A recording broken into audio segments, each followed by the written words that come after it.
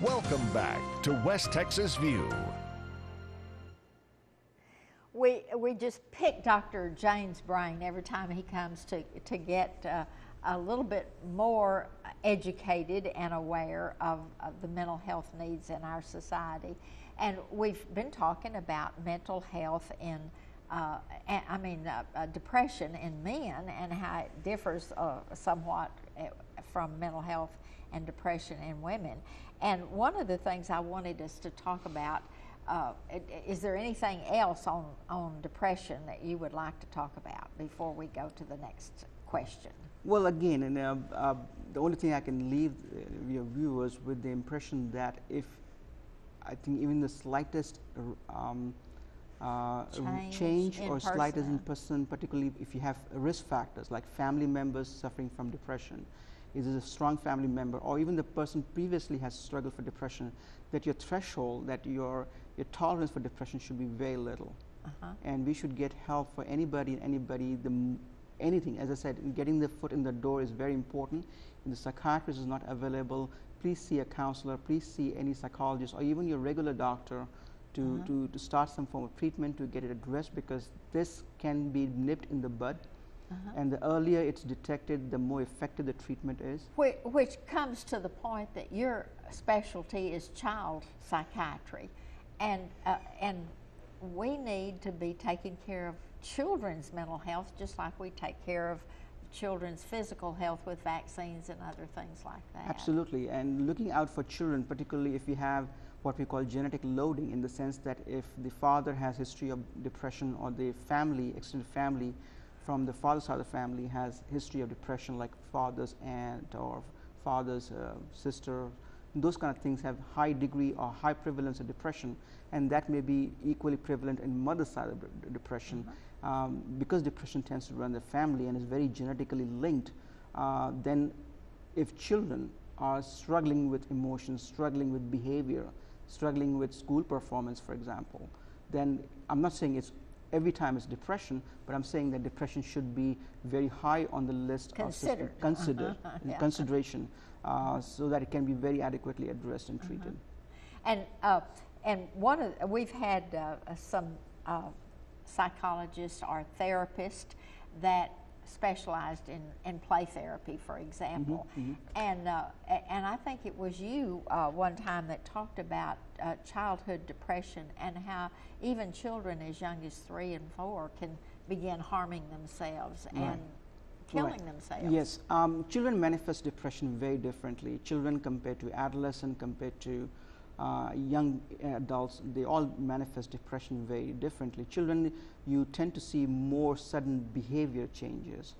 So a child suddenly starts showing being more oppositional, for example, and it takes time to differentiate it. For example, a 12-year-old, 13-year-old, just a pre-adolescent or adolescent kid becoming more oppositional is not depression all the time, but if it starts affecting the child's performance, if there's a persistent and pervasive pattern of behavior where the child is showing characteristics which is very unlike him, staying out at night, using substances, engaging into other extreme behaviors like sexual activity, using drugs, or even running away from home, those are very positive signs and indicators that this may be a depression that should be very well considered. Of course, children are very much influenced by the family environment, what's going on in the family, anything new happening in the family, be it something happening on the mother's side, something happening on the father's side, somebody coming in and out of the family, that has a strong say.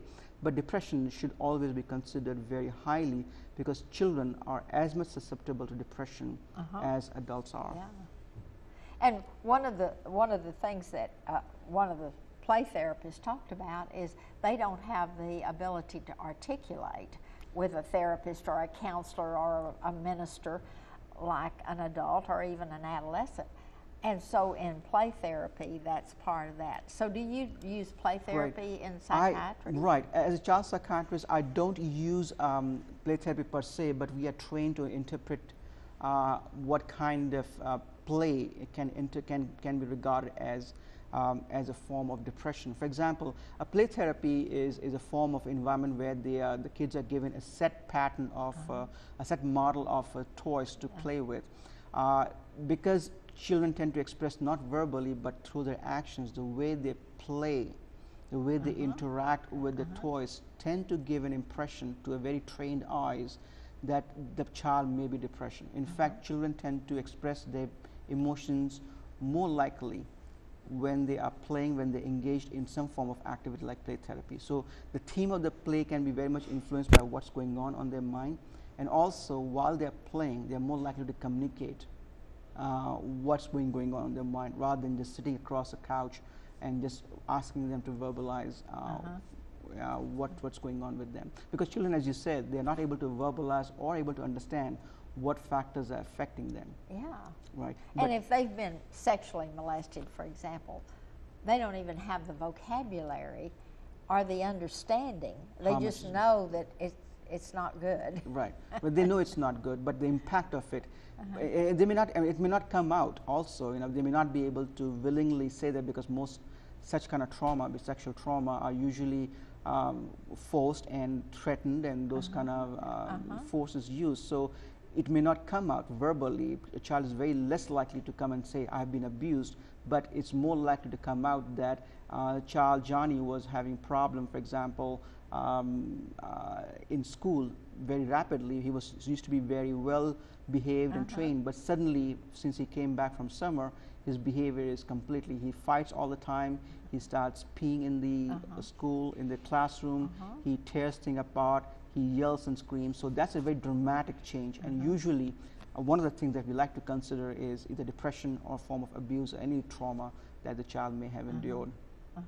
And again, this is the time to nip that in the bud. Earlier the better. Earlier the better. Oh my gosh, we haven't even we have answered 2 of the about 20 questions that have been sent in. So we're going to have Dr. Jain to figure out a time in his schedule when he can come back. So join us next Sunday for another program, and we're going to get him back soon. Thank you very much for joining us today. Thanks for joining us for News West 9's West Texas View with Johnny Lou Avery. This has been a public affairs presentation of KWAB-TV and KWES-TV.